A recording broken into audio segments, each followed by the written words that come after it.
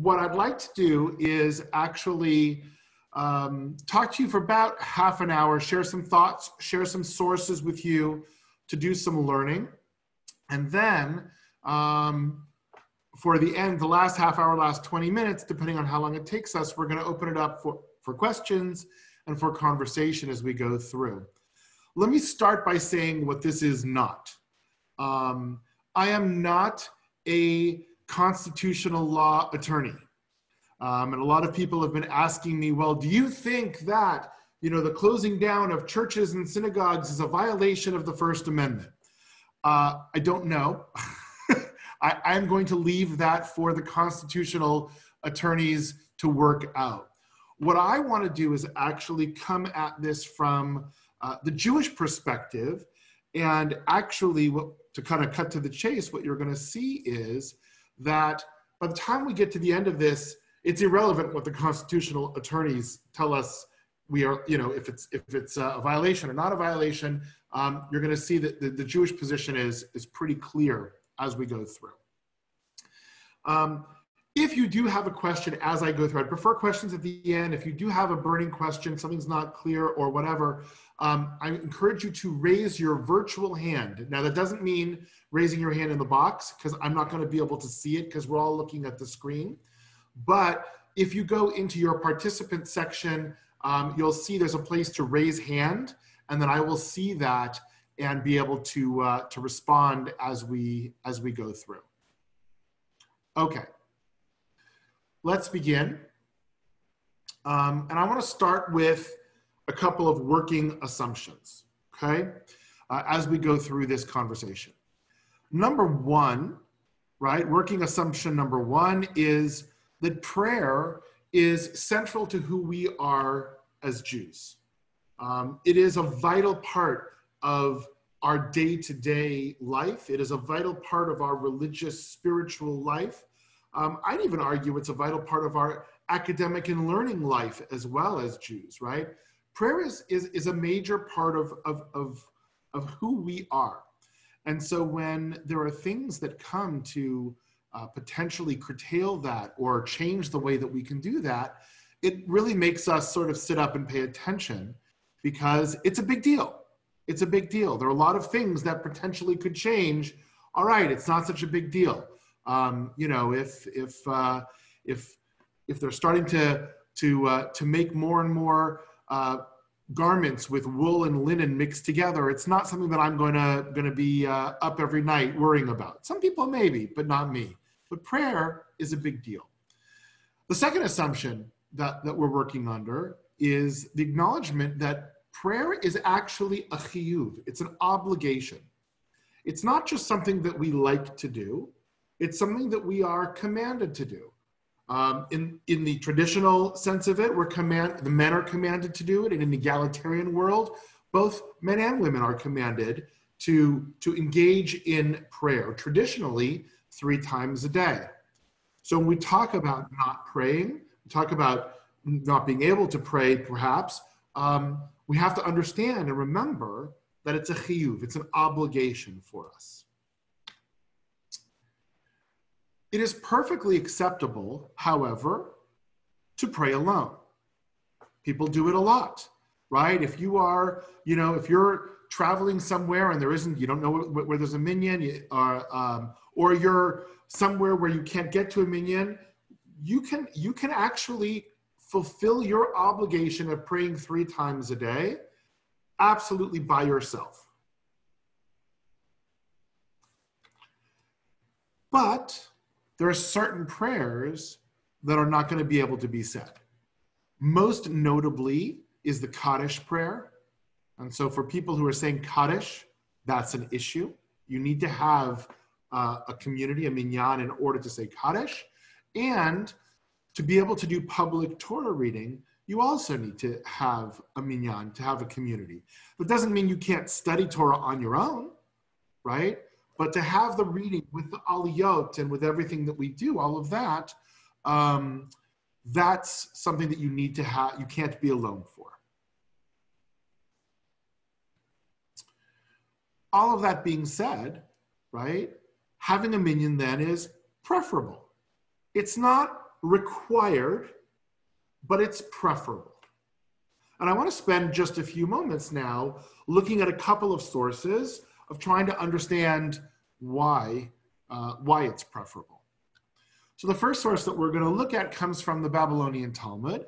It comes from the Tractate of Brachot, which deals with blessings, page 6a, and it says, "And from where is it derived? The 10 people who pray, the divine presence is with them. As it's stated in Psalms, God stands in the congregation of God." So, two things we have to understand. First, the minimum number of people to constitute a congregation is a quorum of 10. We know that, it's a minyan. So when it says congregation, we're talking about 10 people here. And for those who took my virtual minyan class that I taught earlier in the summer, or actually at the end of the spring, we learned how to do that. It's actually a triple gezerah shava. It's a triple connection that lets us understand this piece of it. But what's interesting to me here is that it really talks about the fact that God's presence is drawn in when we have a community. That's a pretty strong argument for us from a spiritual perspective of why we don't want to be praying alone. We want to draw in God's presence even more. I would not philosophically or theologically argue that God is not present if you pray alone. I don't think that's true. But this section of Talmud certainly says there's a closeness, there's a closeness with God when we have that minyan, that God is there with us. That's the first source. On the back of that same page, we have a source here by Rabbi Yochanan that says, "When the Holy One, blessed be God, enters a synagogue and does not find 10 people there, God immediately becomes angry. As it is stated, why, when I came, was there no one? When I called, there was no one to answer." So this is taking it a step further, right? It's not just that it's preferable, but perhaps even, right, God gets angry if we don't have people there praying together the way that we're supposed to. So if we're going to say then, it's pretty clear that worship and worship with a minyan is critical to who we are as Jews. The question now that we need to ask ourselves tonight is, first of all, are there things that mitigate that or that push us in the other direction, right? We've established now some working assumptions. This is important, but are there actually things that are going to push us in the other direction to say, well, okay, maybe in this circumstances, in this time, we don't want to do that. And tonight we're actually going to talk about 3 different concepts that may pull us in the other direction. And then at the end, we'll try to put this all together. The first is a concept that we know very well. We talk about it a lot. It's used a lot in a lot of different circumstances. I would say, other than tikkun olam, which is sort of one of those concepts that everybody, all Jews seem to quote, repairing the world, this next one people seem to know, and that is the concept of pikuach nefesh, of saving a life. Okay? And we're going to learn a little bit about it, and we're going to see what the limitations of this are. So it seems to be pretty important in our conversation right now, given the fact that we're dealing with a disease and we're dealing with health and illness issues. Pikuach nefesh would seem to be an important conversation to have. So there are actually 2 different sources that I want to share with you that connect to Pikuach nefesh. The first is from the Talmud Masechet Shabbat. I forgot now whether it's 132a or b. I obviously went too far when I was moving this, but it's on 132, either a or b. From where is it derived that saving a life overrides Shabbat? Before we get to the rest of it, why is Shabbat being used here as the example? Because within our tradition, Shabbat is one of the most stringent of the biblical commandments. It's one of the most powerful, one of the most stringent if you violate it. According to the Torah, if you violate Shabbat, you're liable to the death penalty. And so if something violates Shabbat, or you can violate Shabbat, then all the more so any of the other laws that are not quite as severe. So that's why they use Shabbat here as the example. Rabbi Elazar ben Azariah says, just as circumcision, which pertains to only one of a person's limbs, overrides Shabbat, all the more so saving a life, which is a mitzvah that pertains to the entire person, overrides Shabbat. For those who don't know, you can and actually are obligated to perform a circumcision on Shabbat if Shabbat is the 8th day. Therefore, you wouldn't normally cut on Shabbat. It wouldn't normally be something that we would do. But for circumcision, you can. So the argument here is an interesting one. It says, look, if we can violate Shabbat for the good, I'm going to put that in quotes, for the good of one limb, right, of circumcision, all the more so for the good of all the limbs as we go through. So that's one of the two sources that we talk about in terms of Pikuach Nefesh. The other source is also from the Talmud, from Masechet Yoma, 85b. And it reads as follows. Rabbi Shimon ben Manasseh said, and the children of Israel shall keep Shabbat. Exodus 31:16. The Torah said, desecrate one Shabbat on his behalf, so he will observe many Shabbatot. In other words, if his life is at risk, it is better to desecrate one Shabbat so that he will have many more Shabbatot, and you will have many more Shabbatot together to be able to celebrate, than to not violate Shabbat and risk losing his life. Rav Yehuda said that Shmuel said, if I would have been there among those sages who debated this question, I would have said that my proof is preferable to theirs. A little bit of ego here, but okay, as it states, you shall keep my statutes and my ordinances, which a person shall do and live by them. Right? That's the verse in Leviticus, v'chai bahem, and you shall live by them. And then the classic read on this right here is, and that he should not die by them. In other words, the whole purpose of these mitzvot is to live and do them. And if we lose our life because we're trying to keep the mitzvot, we're not actually going to be able to continue and keep mitzvot in our lives.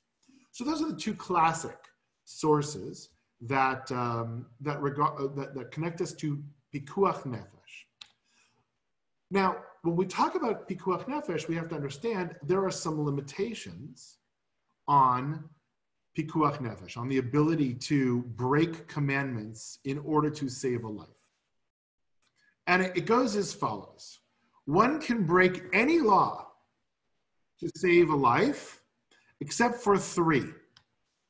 The first is idolatry or Chilul Hashem, desecration of God's name. And even then, by the way, for all of these, the rabbis try to limit it as much as possible. Rambam comes in and says, well, only if it's in public and only if it's a big show, then maybe he should be a martyr. But otherwise you can break even idolatry to save a life. The standard is you cannot worship an idol. You cannot engage in any of the forbidden relations to save a life, nor can you murder. So the idea behind this, to put it bluntly and crudely, if somebody holds a gun to your head and says, you have to worship this idol or I will shoot you, you're supposed to take the bullet, according to this.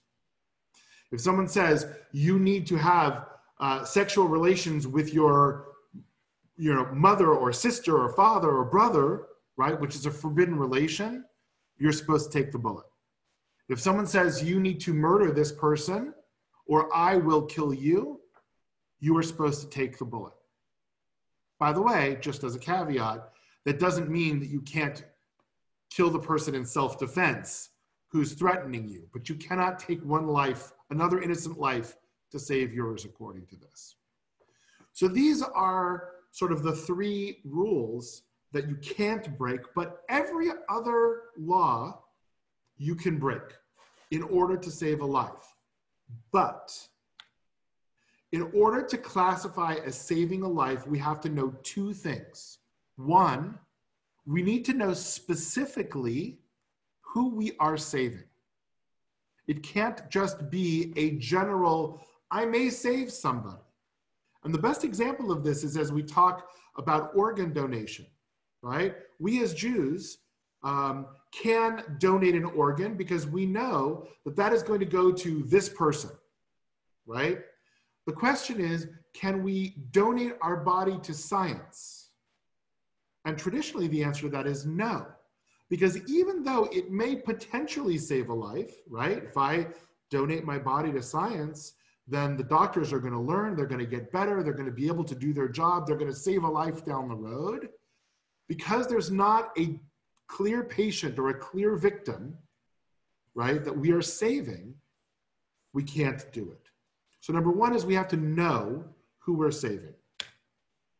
Number two is that life has to be in danger with certainty. We need to know that that is clearly a potentially, a fatal thing, and there's a certainty of danger there. So this is a bit of a challenge for us right now as we try to apply this. We'll do a summary later, but let's think about this vis-a-vis COVID, right? Some of these things that we're doing, we don't necessarily know who we're saving, nor do we know that that person's life is certainly in danger, because even if they're exposed, they may not get it. Even if they get it, they may not die. There's a certain amount of doubt, a certain amount of uncertainty there. And so pikuach nefesh may not be the way that we need to respond to COVID. So that brings us to our second concept, which is Safek Nefashot, which is a category that is possible risk to somebody's life. We don't know, we're uncertain, but it's dangerous, right? It's possible risk to somebody's life. And this is far more common for us today, since it's very difficult to ascertain with certainty, hey, this is clearly going to be deadly or put this person at risk. And the classic source that we use for this, hold on, we got a chat here. Are we speaking about, Greg is asking, are we speaking about living donation or after death? I was speaking about after death, Greg, but living donation also is permissible depending on the circumstances. So what's interesting is that the classic source for Safek Nefashot is the one that very often people use incorrectly for pikuach nefesh. And that comes from the Mishnah,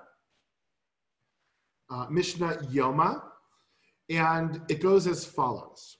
If debris fell on someone and it's doubtful whether or not he is there or whether or not he's dead or alive. So there's actually two uncertainties. We don't even know he's there. He may be, he may not be. And if he is there, he may be alive or he may be dead. We don't know. And if he's dead, we're not saving a life anymore. Even then, you can remove the debris from above him, even on Shabbat. Now, obviously, removing debris on Shabbat would not be something that we normally would do. It would be against the laws of Shabbat. But because somebody's life is at risk, and even with this double uncertainty, we can still remove the debris. However, if they find him alive, then they keep removing the debris, because now it's gone from Safek, from potential, to really saving his life. Right now we know. But if he's dead, then they should leave him there, because they're no longer saving a life and therefore can't break Shabbat for a corpse. Therefore, they should leave him there. By the way, just before we start getting questions of just leaving him there, it's not like you leave him there and walk away. You leave him there with a shomer, with a guard, to make sure that as soon as Shabbat is over, then you could continue and dig him out. But this here is the classic example. It's a double Safek, a double doubt. And in spite of that double doubt, we still, until we have no doubt, we still continue and can break Shabbat. The last source, which makes it very, very clear, comes from Masechet Shabbat, and it says, Safek Nefashot Lahakel, which means the halacha is according to the Mar Zutra. Safek Nefashot Lahakel means, in a case of uncertainty concerning life-threatening situation, the halacha is lenient, which means you can break the law even in case of a doubt. Now, once you've ascertained that there is no more doubt, that decision tree goes in one of two ways. Either you know for sure it is pikuach nefesh, and then you continue to break whatever you need to save that life, or you know for sure the person's life is not in danger, and then you don't break laws because you only break it to save someone's life. But on the doubt, we always go towards the side of trying to protect life. So two concepts we've had. I said we're talking about three. We talked about pikuach nefesh, saving a life. We talked about safek nefashot, possible risk to somebody's life. The last concept that I want to talk about is a concept called Dina Demalkhuta Dina, which literally means the law of the land is the law. And this is said 4 times in the Talmud, in different masechtot, in different places. It usually is focused on monetary issues. Unfortunately, like the right of governments to levy taxes. And our Talmud says, and our law says, yeah, and a civil authority has the right to levy taxes. And for us as Jews, the law of the land is the law. We need to pay those taxes. But here's the interesting thing about the way that it's formulated. Dina Demalkhuta Dina literally means that if you break that secular law, you are actually now breaking a religious law, right? That the secular law of the land becomes a religious obligation for us as Jews, not just the secular obligation. So if we, if we as a religious Jew are guilty of tax evasion or something like that, then we're breaking not only the civil law, but Jewish law as well. But this does come with 2 caveats because nothing is ever quite so straightforward. The 2 caveats are as follows. Number 1, the law has to apply equally to everyone, right? So if all of a sudden the government makes a law like, God forbid, the Nuremberg laws, right, that were, sort of specifying Jews, or that certain groups need to do certain things, or Jews need to do certain things, that is not something that we need to follow Dina Demalkhuta Dina. And the second is, it must not violate a specific Jewish law. So for example, if the government were to come and say, everybody must keep the Sabbath on Sunday, well, that doesn't violate number 1, because, yeah, it applies to everybody equally, but now it specifically violates a specific Jewish law, and that's a problem for us. But other than that, assuming it applies equally to everyone, and assuming it does not violate a specific Jewish law, we are obligated to follow the laws and the directions of the civil authority under which we live.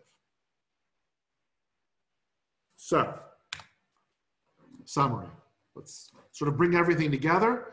We'll talk a little, kind of connected to COVID, and then open it up for discussions and conversations.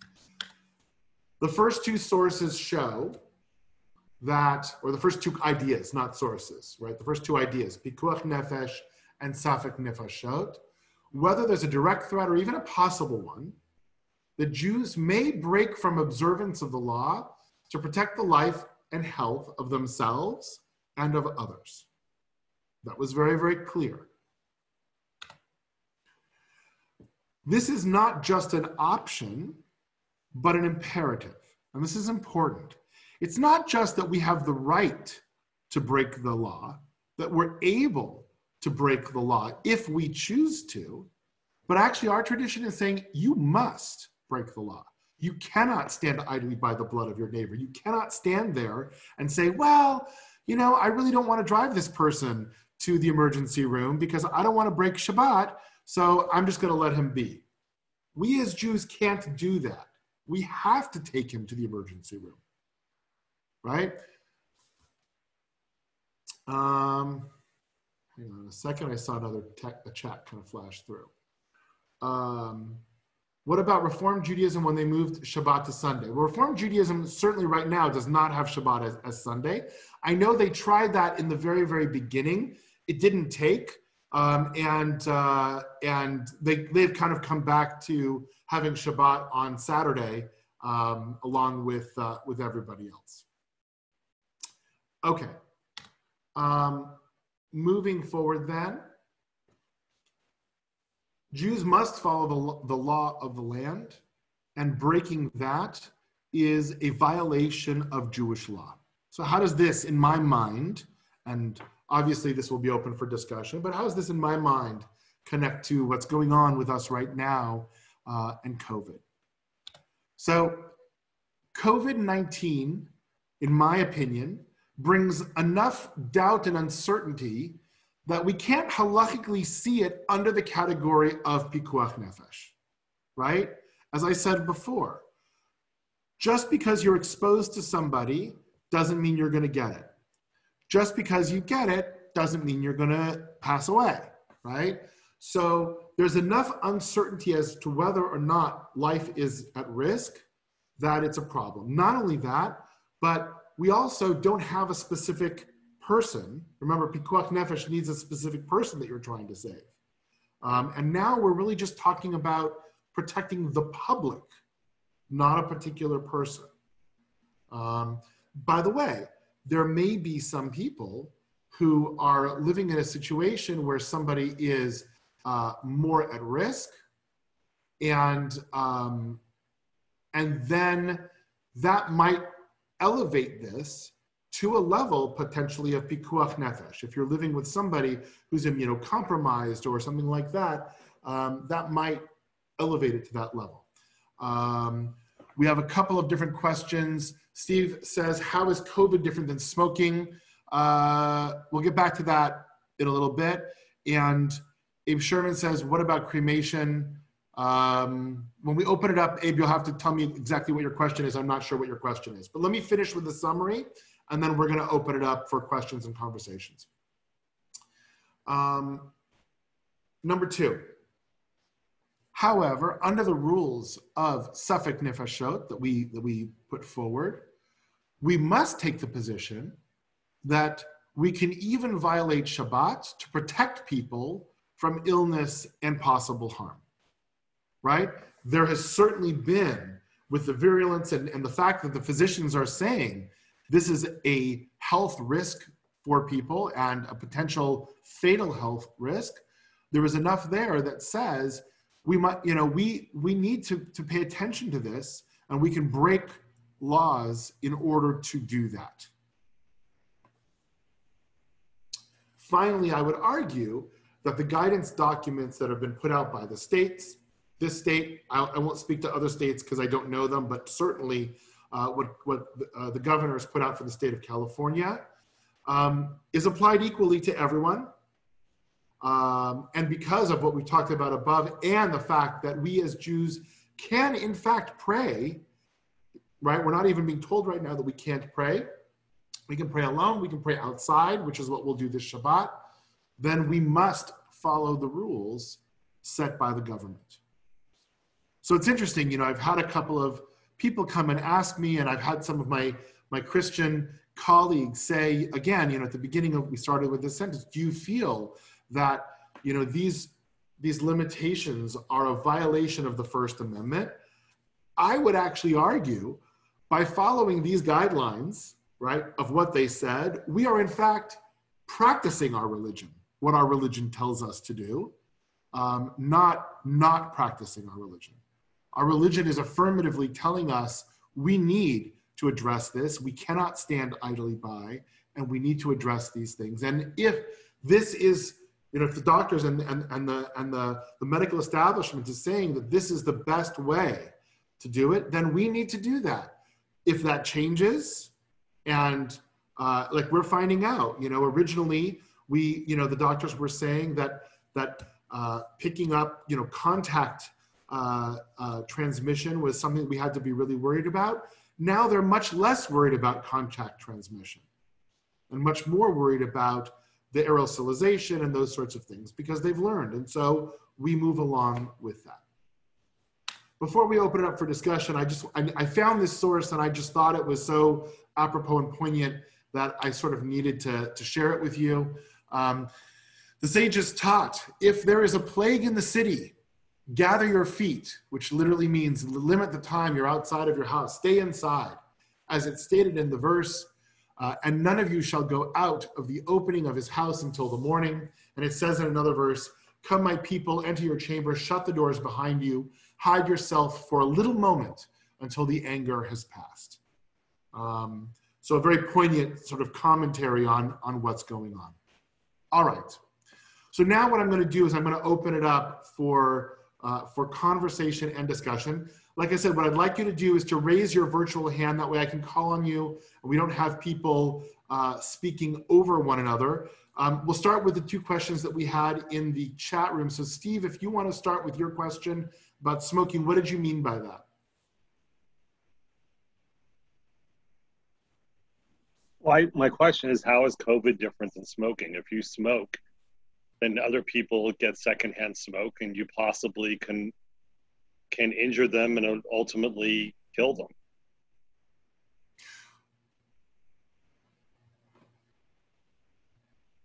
Well, so yeah, I mean, it may very well be that that's the case, but the question is, are we being told that we can't practice our religion because of smoking, or that something's being limited? What's the corollary? Well, I guess my question is, how can Jews smoke consistent with? Yeah, that's my question. Got it. So there are a lot of rabbis, by the way, who have come out and said that it is very clear that smoking is against Jewish law. It is harmful. There's actually other laws that talk about harming oneself, right? So it's different. It's different than if you're at risk of something from the outside as to actually harming yourself. And there are laws against that. And really and truly, some of the Orthodox who've come back and have allowed it, their answer has been, we're not going to be able, if we create that law, we're going to create a whole category of sinners because they're not going to be able to stop smoking. And now we're going to create a category of sinners. So we won't do it. I personally don't buy it.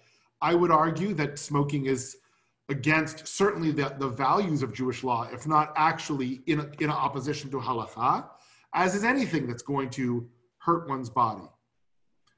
It's a good question. Abe, you had the second question. What was your question about cremation? Yeah, I know, for example, in Mexico, every person who dies from COVID is supposed to be cremated. So, I mean, you mentioned that, I mean, you have to follow the law of the land.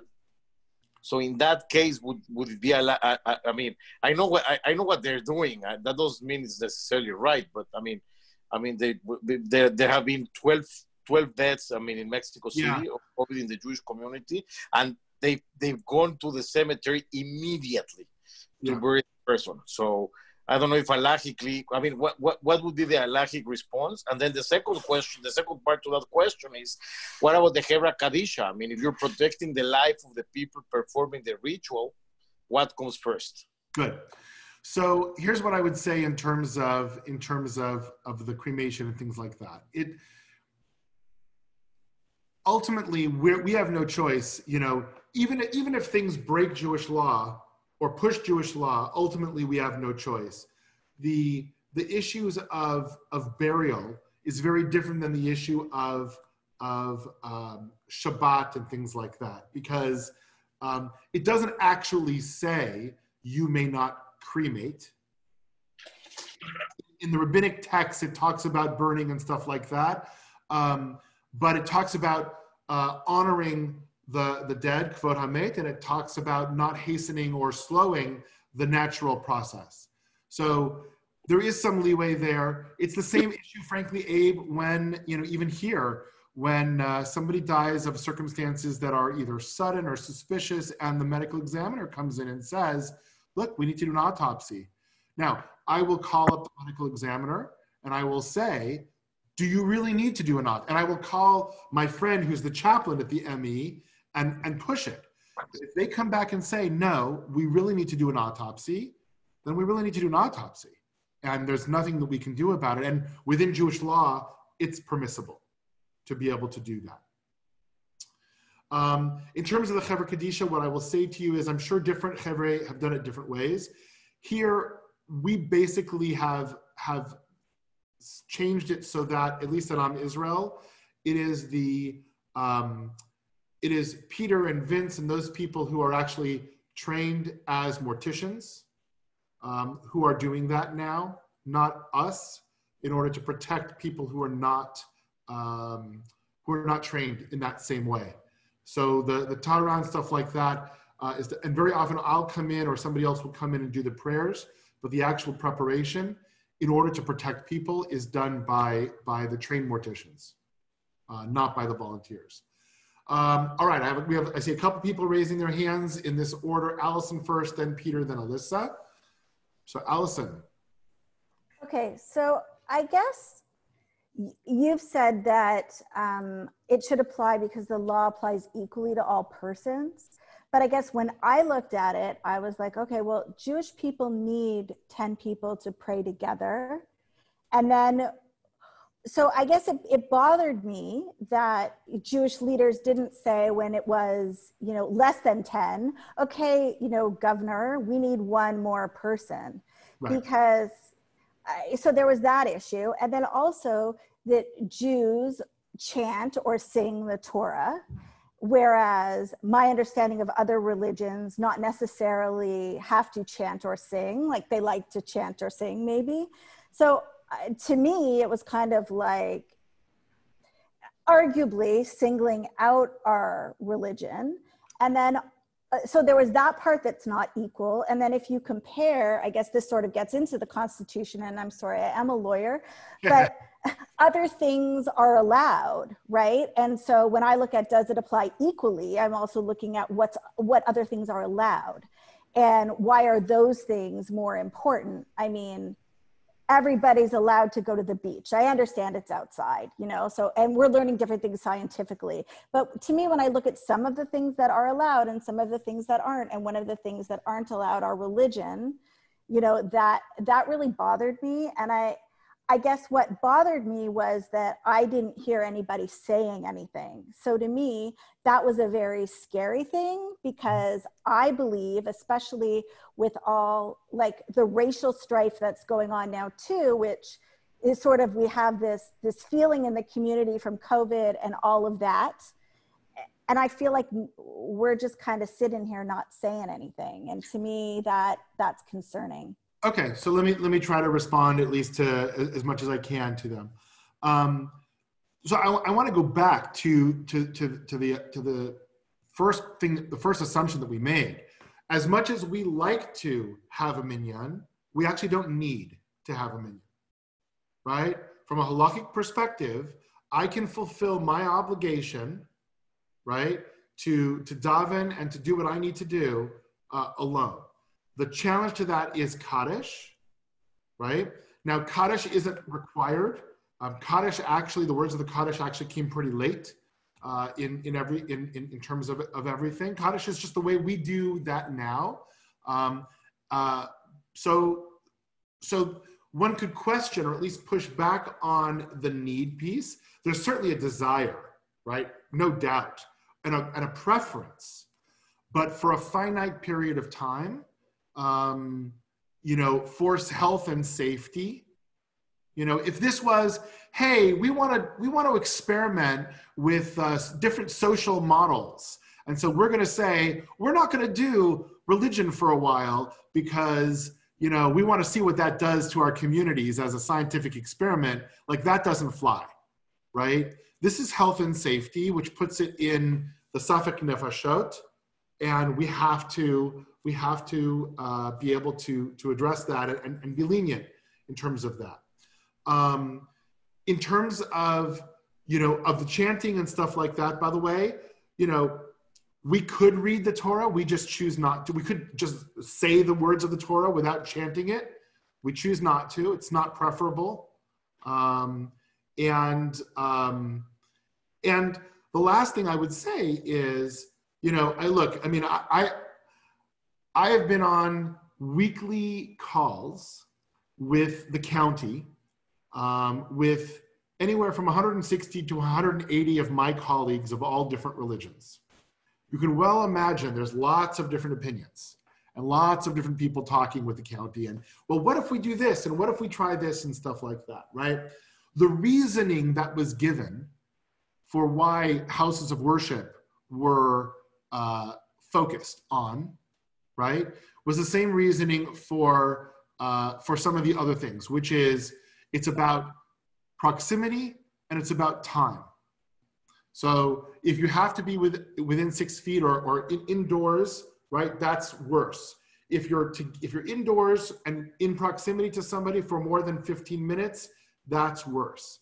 Because services, especially our services, by the way, our Christian colleagues really can limit it to an hour. We don't do that. We can't. Maybe Friday night, but not Saturday morning, right? Being together in a room for 2 hours, 3 hours, 4 hours on high holidays, whatever, makes that all the worse. And and then the singing on top of it. So what they've said, which I respect, is they've said, look, we're not saying you can't do it. You just got to do it outside. And that's what we're going to do, right? And we're going to do it outside, and that's fine. I haven't davened al fresco in a while. It'll be nice. So that's what that would be my response to those questions. Peter, you need to unmute yourself though. Unmute. I'm sorry. I belong to 3 different synagogues, one unaffiliated, one Reform, and one conservative. And they've all gone to Zoom Friday night and Saturday services. Now, I don't know what you've done at Beth Am. I would make the assumption probably, having listened to you, that you probably aren't doing Shabbat services online. Well, is that a good assumption? We are. So I am in a little bit of a different place than some of my colleagues in different places. When it comes to constituting a minyan, I argue that you actually need to have 10 people in that place. Once you've constituted the minyan, then you could join in online. So for me, it's important that we have a small group of people here, but a majority of the people that watch our services watch online, and do it that way. So it's kind of a combination, Peter. And by the way, both of the Chabad rabbis that I'm close with will go for a cigar with you. Okay, I'm sure. just to let you know. Thanks. Alyssa. So I have kind of a couple different questions, so I'm wondering, so the way we've been doing it, like if there's a minyan, you can say Kaddish even if you're virtual, right? Yes. That's my understanding. First, my question about Kaddish is, given what you just said, that if it's not required, why is it like kind of the thing that we always say, you need to have a minyan to say Kaddish? Because to me, that if it's not even required, I didn't know it wasn't required. I thought. Well, so look, if you say Kaddish, you need to have a minyan. Okay. Right? But there are other ways that we can remember somebody and honor somebody and things like that that don't have the Kaddish. So, even before COVID hit, there were times that, we didn't have a minyan for a daily minyan. Okay. So I didn't just say, sorry, you guys can't say anything, right? we brought in a psalm, we brought in other things in order to do that. And so that's what we've been doing when we've had some Zoom minyanim, right? When we've had some Zoom services for Shiva. If we don't have a minyan present, I will have the mourners recite Psalm 23. And there's actually a prayer that the conservative movement put out that says something to the effect of, I really want to say Kaddish, God, but I can't right now. And so please have this prayer replace that desire for me to be able to say Kaddish. And those two together have been quite powerful.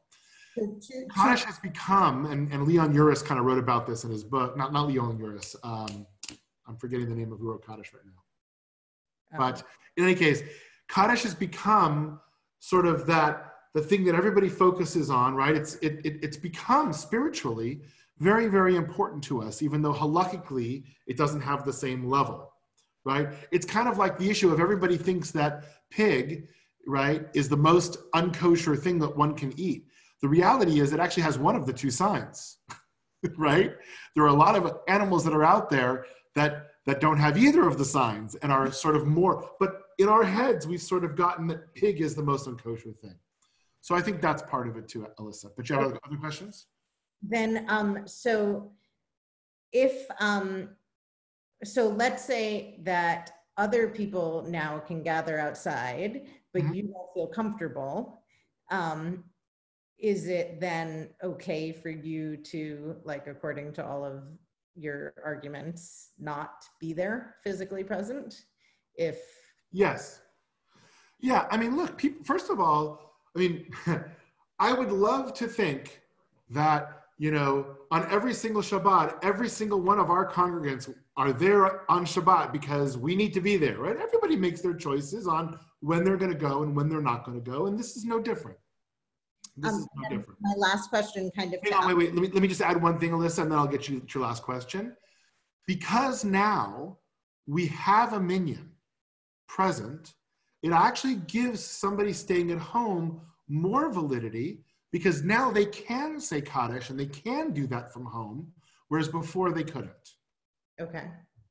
Go ahead, Alyssa, with the last question. And my last question, I was thinking about when Allison asked her question about 10 people. I've been to synagogues where if you've not had a minyan, they've used like the Torah to sit in. Is that a thing? It is a thing. We do it at Beth Am only for the Kaddish. Okay. We won't do anything else. But if there's 9 people there, and somebody needs to say Kaddish, then we'll count the Torah as the 10th, but only for Kaddish. Okay. Thank you. These are good questions. Any other questions that you guys have? Thank you. Thank you, Cantorflug, for reminding me that it's Leon Wieselt here. Any other questions that you guys have? Or I explained everything so clearly, there's no questions anymore.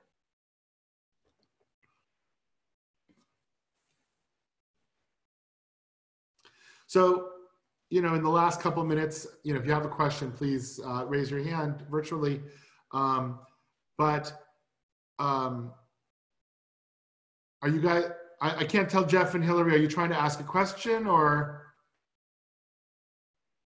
Maybe not, maybe yes, I don't know. Okay, my question is, so what are we doing at Beth Am? I was just going to get to that. So I will end with that because I saw another hand go up. I'll get back to that 1 second, Hillary. But Judy put her hand up for a question. So let me let you ask and then I'll come back to that. Judy, you need to unmute though.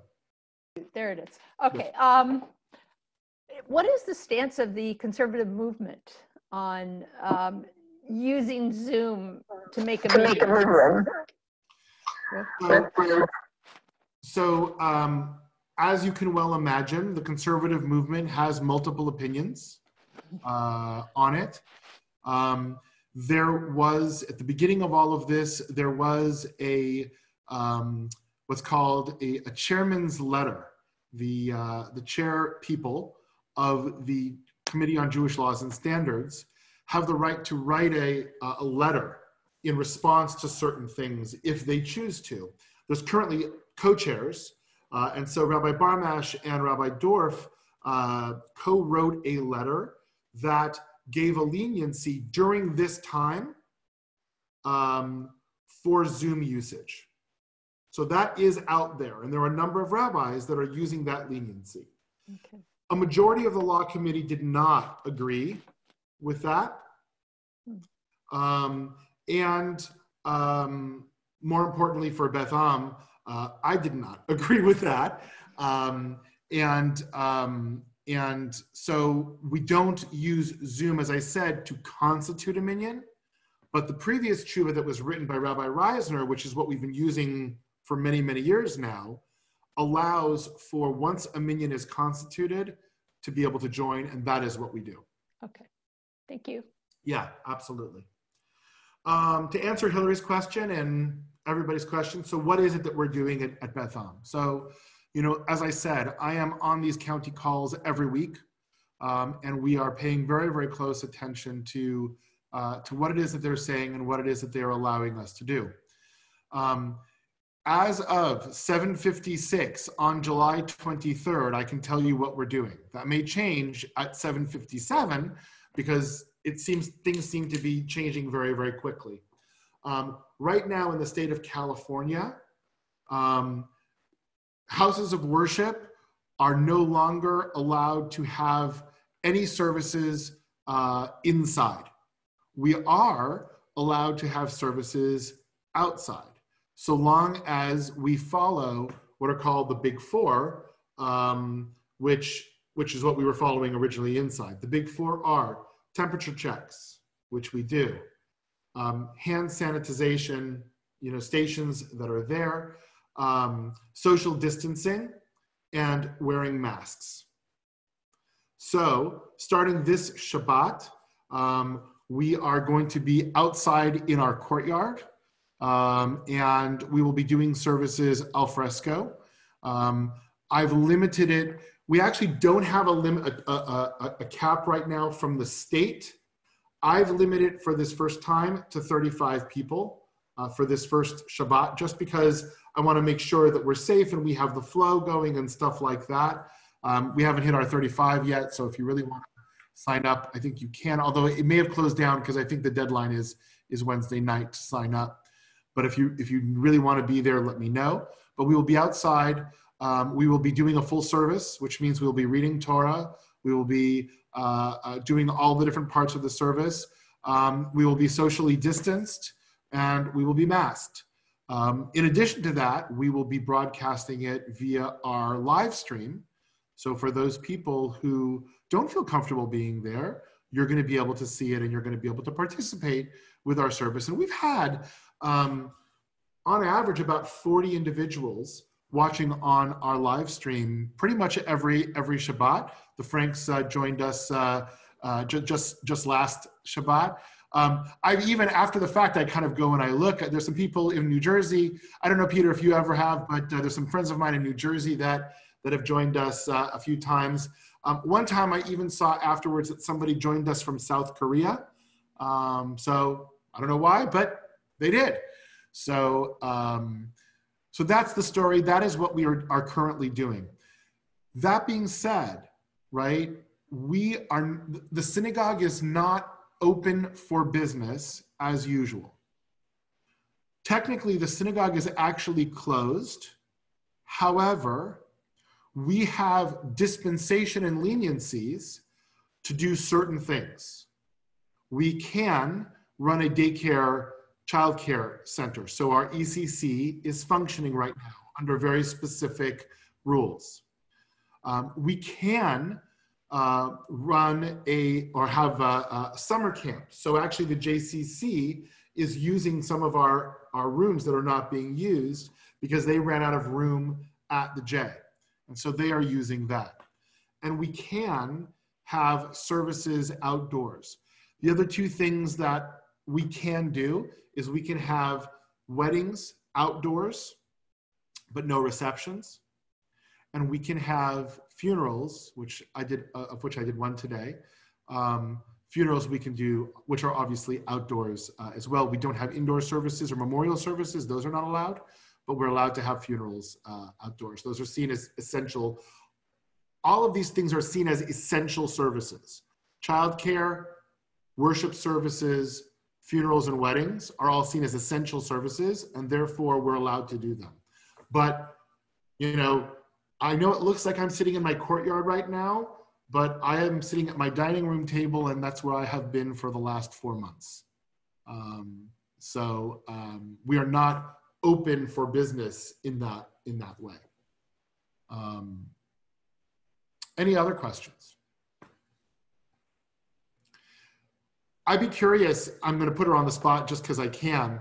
Rabbi Jenny, I would be curious to know sort of what's going on out where you are at, and sort of how your synagogue is dealing with it. I'm actually going to even spotlight you so now everyone can see you.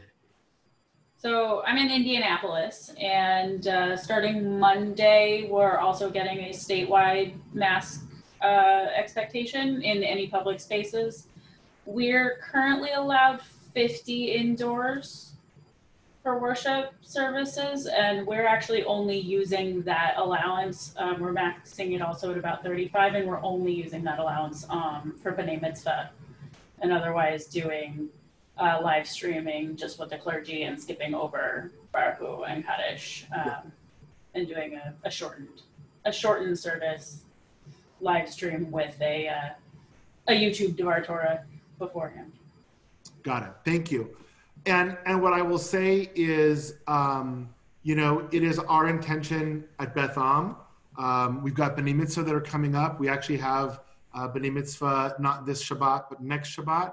We have B'nai Mitzvah coming up at the end of August, and High Holy Days. And so, you know, unless something drastically changes, and then Allison, to your question, especially as we approach High Holy Days, I think we'll start to hear a lot more pushback on making sure that we can have 10 people minimum. You know, it is our intention to move forward with these. If we can do it inside, we will do it inside. If we have to do it outside, we will do it outside. We are working right now, actually, even on a plan. If we need to do High Holy Days outside, we will do High Holy Days outside. And we will virtually broadcast and do all of those things. So, you know, we're watching it very, very carefully, and we're going to do what we can do to make sure that people can daven and people can say Kaddish and hear the Torah being read and all those things that we're trying to do. All right, folks. Well, thank you so much. And thanks for joining me on this. You know, it was kind of it wasn't a last minute idea, but it was sort of a last minute presentation to you guys of within sort of a week of doing it. And the fact that we had up to 35 participants, 35 boxes on here is really incredible. And I appreciate you coming and spending your evening with me as we go. Oh, and I see, and I think Abe is raising his hand. He's raising. Abe, were you raising your hand? Yeah, I just have one last question, and I hate to inject politics into this debate, okay. But as you know, I mean, what happened in New York, I mean, when a lot of Haredis went to the funeral of a rabbi, and they were heavily criticized, and the mayor of New York heavily criticized basically all Jews. How is that any different than the big demonstrations they had in New York? And where was the uproar in the Jewish community in the entire country? Well, there was. I mean, there was a lot of comment on that, and that is very different than putting out when you as soon as you start to say Jews are a problem, or frankly any group, but we'll talk about Jews are a problem. That is a big problem. And there was a lot of uproar on that, and there was a lot of rabbis who wrote and who spoke, and it was on Facebook and all that kind of stuff in terms of hey, this is a problem. I don't know that he backed down or it made a difference, but there certainly was pushback on him for that. That's different, in my mind, than, you know, you can agree or disagree with Governor Newsom, but what he did with the houses of worship, trust me, I know this isn't about Jews. Because my colleagues, are struggling with the exact same issue that I do. And while we do chanting with Torah, they actually do music in a very different way. Most churches, especially the larger ones, have worship bands. And it's a major part of their worship service. And so not being able to do music, not being able to sing, and stuff like that has been a really, really big issue for them, as well as us, as we go through. Greg or Fran? Yeah, it's actually Fran, yeah. What if it rains? On Shabbat. On Shabbat or on the high holidays? Yeah, we're gonna get wet. No, so one of the things that I'm looking into, if we have to be outside, at least for the high holidays, one of the things I'm looking into is trying to find some sort of a material to be able to string in our courtyard from sort of the rooftop to rooftop that'll provide both some protection from rain and some shade. Because, the shade in the courtyard is limited. There are some spots that there is shade, and you'll see we're gonna all try to find it on Shabbat. So if you're watching us, you're gonna see we're going to be in the shulchan is sort of going to be in that back little corner, which is where the most shade is, and setting people up to kind of get protected by the wall of the social hall. But obviously, as we start to move into some of the B'nai Mitzvah, if those need to be outside and we have larger groups, high holy days, we're going to be looking for other types of things, whether they be canopies or those sorts of things. But I'm also hoping, frankly, that by then we'll be able to be back inside, limited, right? Limited, but we'll be back to sort of where we were before we got kicked out, where we could have, smaller groups, socially distanced inside. Thank you. We'll do that. Peter, I see your hand up. You need to unmute. Yep, I just did. How are they planning to do? And I don't know if you've had the discussion, how are you planning to do security when it's outdoors and it's not like protecting a front door or having card keys or anything like that. How are you planning to do it? Because this is something we're wrestling with in two places right now. Sure. Look, I mean, it's definitely a question and definitely an issue. We haven't answered all of that yet. We have a number of different task forces that are dealing with different aspects of this. And security is one aspect of this. As we look forward, I think, it's interesting. We sent out a survey. Many of you participated in the survey. We sent out a survey a number of weeks ago about high holy days, and more than 2/3 of our congregation said, it doesn't matter what you do, we're not coming this year. So that changes the way that we think about what it is that we're going to be doing. And it means that most of our congregants are really going to be participating this year from a virtual perspective. And so we as a congregation are really leaning into that. And I am working very, very hard to try and make that virtual presentation that you all will get as meaningful and robust as possible. Are you passing out prayer books at the synagogue for people? We will, yeah. I mean, we haven't announced all of this yet, but we're thinking about this. And clearly, you're on the committees to think about this. But actually, every family is going to be getting 2 machzorim that will come to their house, so that they can participate. Among other things, there's going to be a high holiday kit actually that every family is going to be getting. That's a Betham member. Included in that will be 2 machzorim. Yeah, I'm on our ritual committee, so I'm just trying to pick your brain. Sounds like it, because it sounds like you're having the same discussions we are. So, all right, everyone. Thank you. If you have other questions, if you have concerns or whatever, please, you're always welcome to reach out to me. I'm happy to. I used to say, let's go grab a cup of coffee, but we can have a cup of coffee via Zoom, and I'm happy to talk with you about whatever you'd like to talk about. Until then, be safe, be healthy, everyone. Thank you. Thank you, Rabbi. Thank you, Rabbi.